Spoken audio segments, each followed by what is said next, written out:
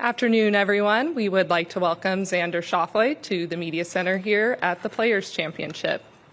Xander, welcome back. You're making your fourth appearance here. What are just some general comments about being back here at TPC Sawgrass? Yeah, it's been a weird tournament. One of my favorite tournaments, just been kind of weird with COVID. And then I was talking with my caddy about what we did a certain year, and we're sitting around like, man, it's kind of been just a scramble the last couple of years. So I'm not sure if other players feel that way, but I always love coming here and just really excited to sort of play well in this tournament this time of year. What is it that you really love about coming back to this place and specifically this course? Yeah, it's just it's a really fun sort of finishing 4 or 5 holes there, and then you can kind of put yourself in a good position on the front 9. It's just overall, I just like the entirety of the course and the whole layout. So it's just a course I really enjoy playing. This will be your 7th start this season, already 4 top 25s. Had 2 weeks off. How's your game feeling entering the week? Yeah, it's a little bit colder in Las Vegas. I think Sunday is forecasted to be like Las Vegas, so hopefully that gives me an advantage. But yeah, a much needed 2 weeks off. Played 4 in a row there and needed to recharge. Same as always, if you have a question, go and raise your hand and we'll get a microphone over to you. We will open it up here with Daniel Rappaport in the center. Hey, Xander. Colin and Rory were in here talking about how their perception of this tournament has changed since they've turned professional. Both said that it's just grown a lot in its magnitude. Do you feel the same way? And how does a tournament do that apart from making it the highest purse in golf? Gaining the respect of the players. I mean, I know it's ironic that's called the players, but I'd say just having people like those two speak highly of any product will give it, a lot of weight. So a lot of people want to win this tournament, not just because it is, there's a $20 million purse, but just because it's considered our 5th major, and majors are sacred to us. So every year we come here, the stands seem to be bigger. Everything seems to, be bigger. I've never been in this media room. I don't know if this is new. Seems pretty big here. So overall, you make big tournaments by just, I guess, making everything more magnified and more important. So this is a very important week for us.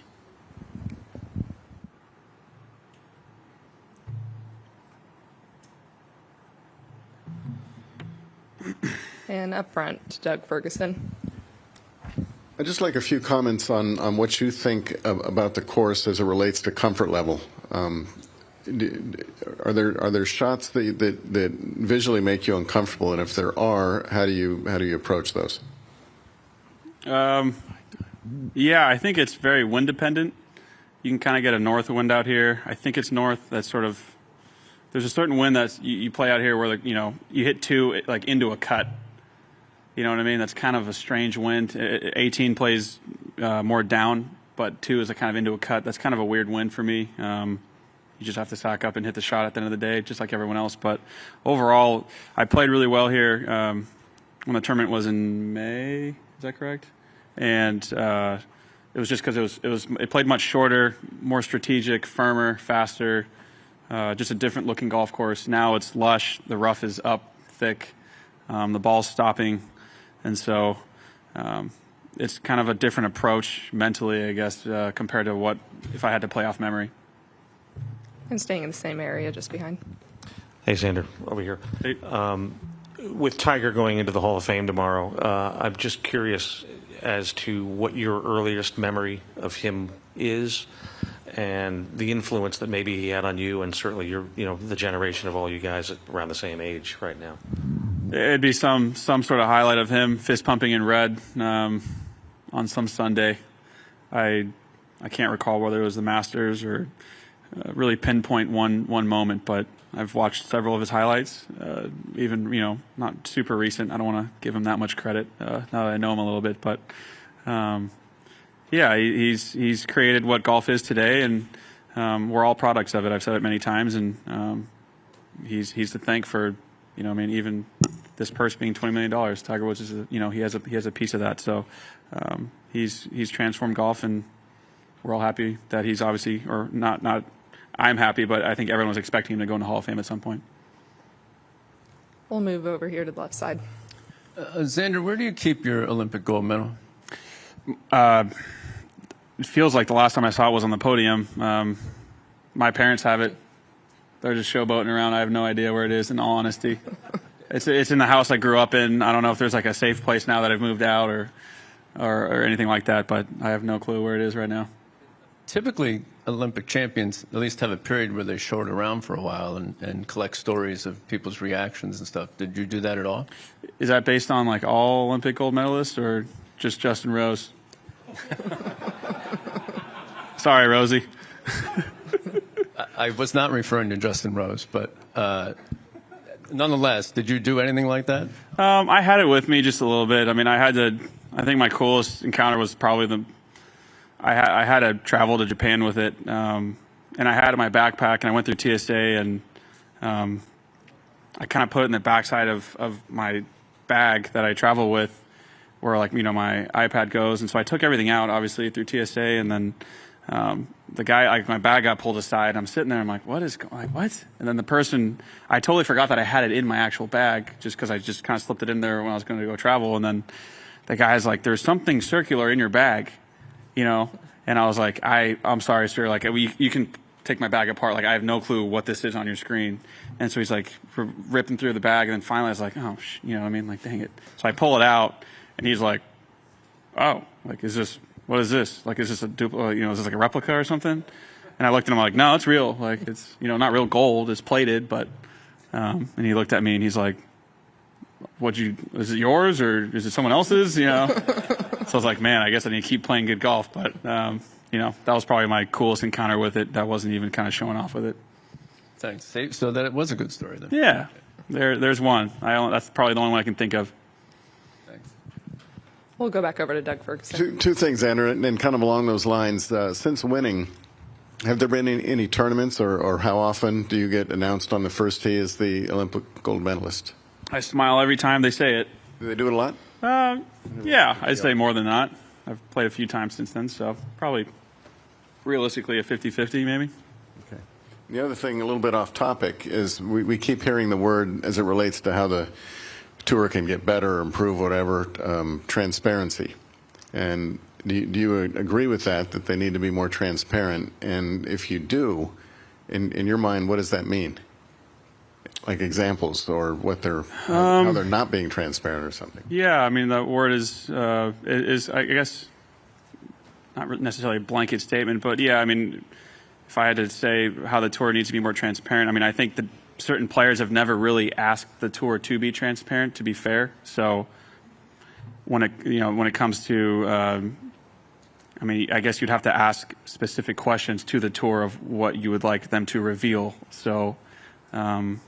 Like I said, that when you just say transparency, you'd like the tour to be more transparent. It's kind of, it could mean anything. So, from my point of view, I feel that the tour has done a better job of kind of letting us know sort of the money that comes in, that comes out. They're not giving us like a full-blown P&L report, but like giving us an idea of what kind of happens with the purses and what they make and certain deals and. How tournaments are run. I think that's kind of been more revealed. So, but to be fair, I don't know if any players ever asked those questions to the tour either. Have you? No, I've just been so worried. I mean, the time I can remember being on tour, this is probably the first time I ever feel more comfortable on tour. You know what I mean? So I was worried about probably like most guys, keeping your card and playing really well and trying to win tournaments. So it is an interesting space that we're in, with this all these conversations, and I'm sure it'll come to an end at some point. And have they started on this in terms of showing how things work and where the money's coming in from? Is that, would you say, fairly recent? Yeah, but it's like I've never asked them, what was happening before. I'm maybe other guys have, so I can't really speak to that. I'm not aware of it, but yeah, I'd say guys are asking now, and they're happy to share.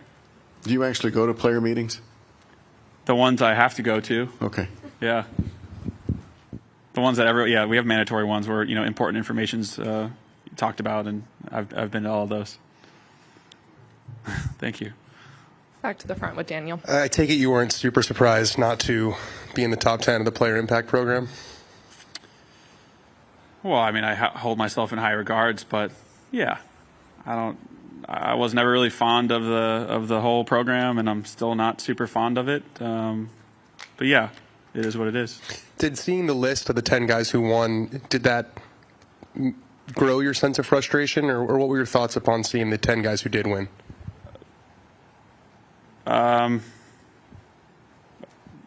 Nothing. I guess I really didn't think much, to be completely honest. I've seen the list. You know, I wasn't surprised when I saw Tiger as number one, and then, you know, all the boys that have been really, really solid on social media and have a lot of interactions online. They were probably deserving of winning that money. If it keeps growing and the fun keeps growing, could you see yourself diving in? You know, I'm willing to like try to make my swing better from like a draw to a cut and working on that, but I don't know if I'm ever going to be a guy to sort of pump himself on social media. So I've really enjoyed being unplugged, not having any social media on my phone. So you can't really put a price on that, but at the same time, if they keep pumping the money in that sense, then I'm sure hopefully us players can get together and find a better way to do it, since, you know, someone like Colin, number 2 player in the world, and, you know, Pat's number 4 and Javi's 3, you know, the likes of those guys aren't really being rewarded maybe the money they should be. How long have you been unplugged? Have you not had social media on your phone? Quite some time now. It's been nice. I don't get to see anything you guys write about, which is cool. But yeah, it's probably been a year or more maybe. That hurts. If it's super important, someone usually texts it to me, so that's how I get my info. Unless there are any others, we will conclude today's press conference. Thank you, Xander, for Thank joining you. us, and good luck this week. Thanks.